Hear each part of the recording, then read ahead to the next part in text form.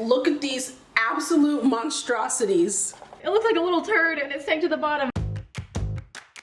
Hello everybody, it is me, Élise. What's up y'all? I'm Joelle. And today, I'm challenging my friend Élise to make only Korean meals. I am having my friend Joelle make only Ghanaian dishes. I am ethnically half Chinese, half Korean, but raised in the States pretty much my entire life. My ethnic background is Ghanaian. Both of my parents are born and raised in Ghana. I have pretty much zero experience with Ghanaian or just West African food in general, so I'm super excited to try the meals that Élise has written out for me. I definitely have a decent amount of experience with East Asian foods, but mostly Japanese and Chinese. Korean food, it'll be exciting to make whatever dishes Joelle has for me. So the breakfast dish I chose for Élise is called pajeon, and it's a Korean savory pancake.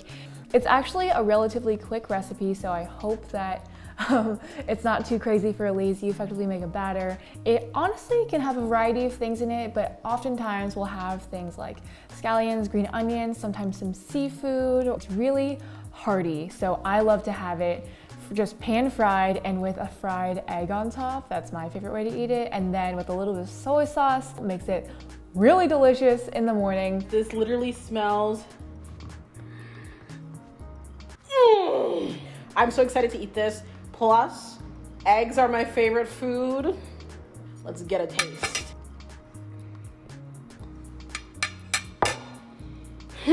There are no words. Now that hits with the egg. Like, this is something I could see myself eating for breakfast on any like regular day. Now I'm excited for lunch because if breakfast was this good. All right, so the first dish I'm having Joelle make is bofrot. Bofrot isn't necessarily a breakfast dish, but you can kind of think of it as a Ghanaian donut. You have your flour, sugar, nutmeg, different spices, and it's kind of just a nice, sweet, light dough that you can have pretty much anytime, but I often have it in the morning. The trickiest part about bofrot is the technique. That doesn't look right. What did I do wrong again? The dough, you gotta scoop it up, kind of swirl it in your hand and plop it. You just gotta plop it right into the hot oil. You gotta get it formed into these nice round balls. That's how we typically eat it. And it's not easy, but I hope that Joelle is able to do it and that she likes it. Okay, I finished my breakfast and I'm so excited for these. They smell incredible. Making these definitely takes practice. Like, first couple tries was rough, but then after a while they started getting rounder. Oh, look at that. It's so good. Do you want to try some? Danielle's gonna try some. Oh, it's good. Right? Yeah. Danielle never likes my cooking. Oh. I mean, I would totally make these and bring them to like a brunch or a party or something and like serve these for people to just kind of have as finger food, and it's super good. Alrighty, for lunch for Élise, I chose to have her make Tienngamsuj, which is one of my favorite Korean soups. It's actually really similar to miso soup, but the soybean paste that you use as the base of the broth is fermented, so it has a really strong, rich flavor. It can smell a little funky sometimes, which I think scares people off, but the flavor is incredible and so umami, and you can add really whatever you want to it. I like to add a lot of veggies, some tofu, and just, you know, all those fixings like zucchini, mushrooms, whatever you might have. It is super rich, and I always have it with some rice because it's quite salty, and so when you mix the rice in, it's just like so satisfying and the perfect balance. A lot of people think of kimchi as being like the OG Korean soup, but I feel like Tienngamsuj is extremely underrated, and it is so easy to make and incredibly satisfying. So this is the Tienngamsuj. Yes, this is a soup. I've never had fermented bean paste before. Ooh.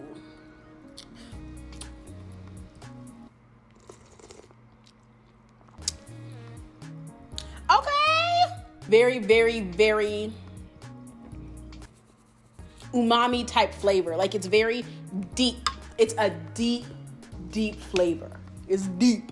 It was pretty easy to follow the steps. Like, soup is always easy, you know? Soup is always pretty easy. And this one's really good. Yeah.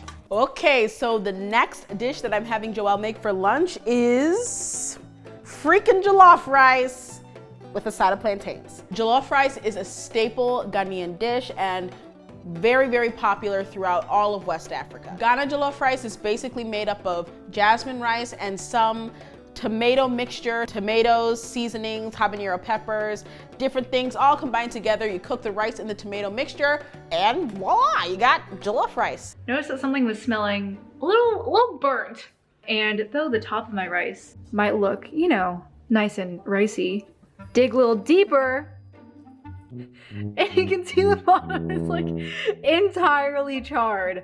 Rice in a pot, it's hard, guys. Okay, it is quite difficult to get the perfect consistency of rice. You can eat it with meat on the side, like chicken, beef, fish, but another great side dish is plantains, and specifically kelewele is what I'm having Joelle make today. Kelewele is ripe plantains chopped into little pieces, seasoned with salt and crushed red pepper and other things if you want. And it's fried in oil and it's like super crispy on the outside, but the inside is so sweet and chewy.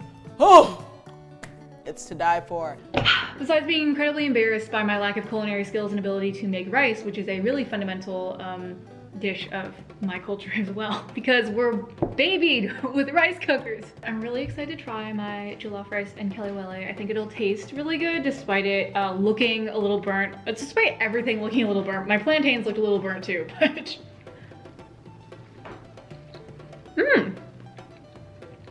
the rice is like very, very savory with all the different spices. I love the kick of the habanero pepper. The texture of my rice, absolutely questionable. I know there will be many people out there flaming me for not knowing how to make rice in a pot. It's like the natural flavor of plantain brought out by the salt with a little bit of kick from the pepper is so good. Daniel, you want to try? Yeah, it tastes good. Okay, for dinner, Élise gets a little bit of a challenge and I asked her to make kimchi mandu, which is just kimchi dumplings. Dumplings, they can be hit or miss with how difficult they are depending on your folding technique. There's some really easy ways of folding it just in half, which actually maximizes the amount of stuffing you can put in, which is what my grandma likes to do. But you can also get really fancy with it and like fold them and then make it like a round little circle, which is kind of the typical Korean way that you'll see them served a lot in soups. I tried to fold it and now it's popping, the top popped out. They look like tacos. I finally figured out what I was doing wrong. I let the dough dry out because I left them out so they weren't folding properly. But now I figured it out.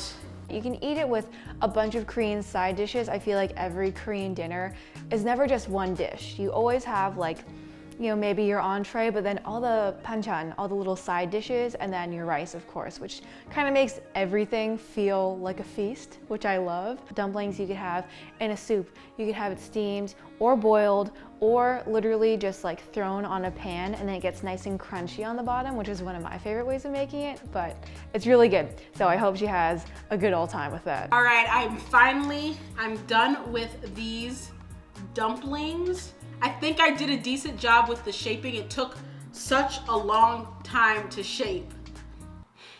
It looked just like the ones you order at a restaurant.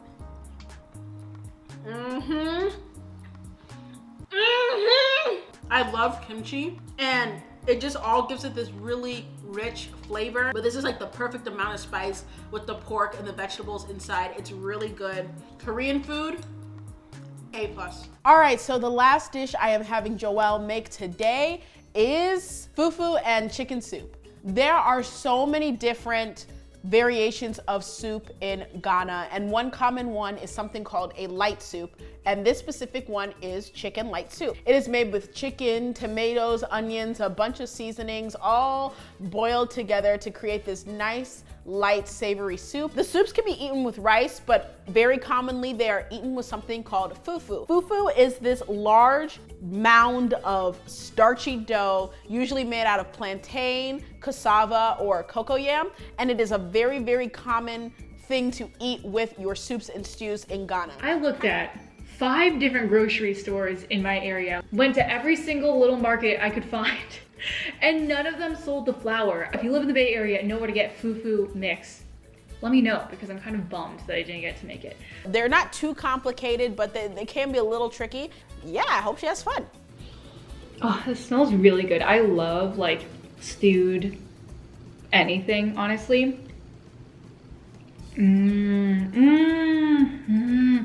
It's so yummy and like savory, and the flavor from the chicken with like all the veggies seeped together is so good. This is what I needed at the end of a long day, was just to shove some chicken in my face. That is it. That is everything. All these foods were so wonderful and scrumptious. Korean food is top tier. The recipes were great. Thank you, Élise, for challenging me and giving me all of your incredible recipes that I got to just attempt. I think that it's so fun to be able to step outside of your comfort zone and just try different cuisines, explore different aspects of other people's cultures, and this was a delicious way to be able to do that. So it's such a wonderful privilege to be able to learn about other cultures, and my favorite way to do that is through food. So this was great, and yeah.